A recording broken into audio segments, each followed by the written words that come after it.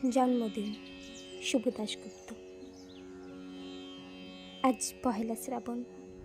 খোকন, আজ তোর জন্মদিন। তুই যখন জন্মেছিলি আমরা তখন যাদবপুরে গড়ে ওঠা নতুন কলোনির টালির ঘরে। তোর স্কুল মাস্টার বাবা হেরাকিনের আলো জ্বালা ঘরে আনন্দে আর খুশিতে ছলমল হয়ে উঠেছিলেন তুই আসার পর। তোর নাম রেখেছিলেন সুকল্যাণ। মানুষটার মনটা ছিল একেবারে শিশুর মতো। অভাবে অনটনে বেঁচে থাকার নানান দুর্বিপাকও ভেঙে পড়তেন না কখনো। সকলের ভালো চাইতেন মন থেকে। বলতেন, দেখো, একদিন এই দেশের মানুষ ঠিক খুঁজে পাবে মুক্তির পথ। শোষণ থেকে মুক্তি, দারিদ্রতা থেকে মুক্তি, অশিক্ষা থেকে মুক্তি। আজ পহেলা শ্রাবণ। খোকন, আজ তোর জন্মদিন। তোর মনে আছে আমাদের ভাঙ্গা মেঝেতে বাস্ক থেকে বাদ করা মেজমাসির হাতের তৈরি আসনটা পেতে দিতাম? সামনে রাখতাম ঠাকুরের আসনের প্রদীপখানা। তুই বাবু হয়ে বসতিস চুপটি করে। আমরা একে একে তোর মাথায় ধান দুব্য দিয়ে আশীর্বাদ করতাম। তোর বাবা বলতেন, বড় হও, মানুষ হও। তোর বাবা সে বন্ধু ঘোষ কাকু, উনি বলতেন, বেঁচে পড়তে থেকো। তুই জিজ্ঞেস করতিস, মা, পড়তে থাকা মানে কি মা?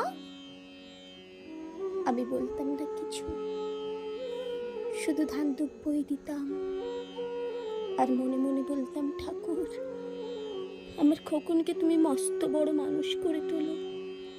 ওর যেন কোনো বিপদ না হয়, ও যেন সত্যি মানুষ হয়।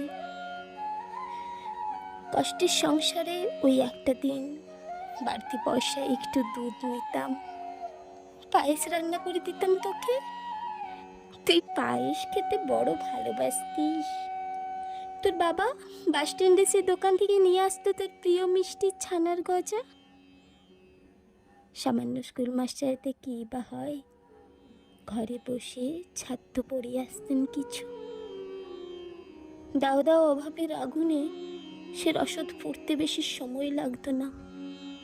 তোর বাবার জামা সেলাই করতাম আর বলতাম, সামনের মাসে দুটো জামা বানিয়ে নিও। উনি বলতেন, বাদ দাও তো, খোকন বড় হচ্ছে, ওর জন্য ভাবছি দুধ রাখতে হবে আরও আছে। দুধে শক্তি বাড়ে, বুদ্ধি বাড়ে। শক্তি আর বুদ্ধি না হলে তোমার খোকন মস্ত বড় মানুষ হয়ে উঠবে কি করে? ভাবছি আরও দুটো টিউশনি দেব। ছাত্র পড়িয়ে পড়িয়ে মানুষটা দিনের শেষে একেবারে ক্লান্ত হয়ে যেতেন। বারান্দায় ধার ঘেঁষে যখন রাতের অন্ধকারে জোনাকির ব্যস্ততা, আর ঘরে তোর পড়া মুখস্থ করা এক টানা সুর আমাদের কলোনির ভাঙ্গাচোড়ো বাড়িটাকে জীবন্ত করে তুলত। তখন মাঝে মাঝে উনি বলতেন, তোমার চেহারাটা দিন দিন বড় ভেঙে পড়ছে, খাওয়া দাওয়া একটু করো। শাড়িটাও তো দেখছি বেশ ছিঁড়েছে, কালই আমি ফেরার পথে একটি নতুন শাড়ি নিয়ে আসবো, ধারেই আনবো। আমি বলতাম, ধুর, সামনে খোকনের কত উঁচু ক্লাস, কত বইপত্র কিনতে হবে, কত খরচ। উনি দীর্ঘশ্বাস ফেলে চুপ করে যেতেন। জোনাকিরা অদৃশ্য আলোয় আলপনা আঁকত উঠোনে আগাছার ঝোপে। আবহ সঙ্গীতের মতো তুই ঘরে বসে বসে পড়া মুখস্থ করতিস, ইতিহাস, ভূগোল, গ্রামার। ঈশ্বর আমাদের নিরাশ করেননি। তুই কত বড় হলি, সব পরীক্ষায় কত ভালো ফল হলো তোর। তোর বাবা বললেন, আরো বড়, উচ্চ শিক্ষায় উচ্চ সম্মান অর্জনের একমাত্র পথ। তুই আরো পড়লি, কত বড় অফিসের চাকরি হলো তোর। তোর মনে আছে খোকন, প্রথম মাসের মাইনে পেয়ে তুই আমাদের জন্য কত কি কিনে এনেছিলি? তখন তো আমরা উঠে এসেছি শ্যামবাজারে, 2 কামরা সাজানো গোছানো বেশ বড় ফ্ল্যাটে। অফিস থেকেই তো দিয়েছিল।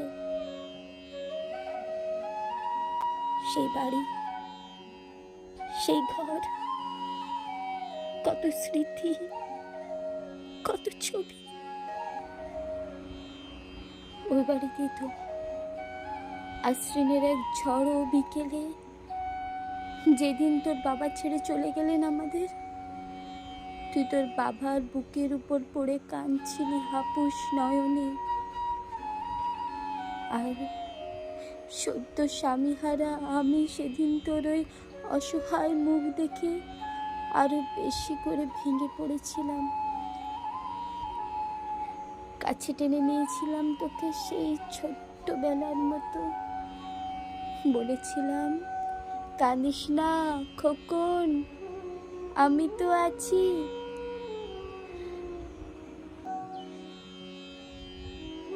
আজ পয়লা শ্রাবণ, কলকাতা থেকে অনেক দূরে মফস্বলের এক বৃদ্ধাশ্রমে আমি একেবারে একা খোকন।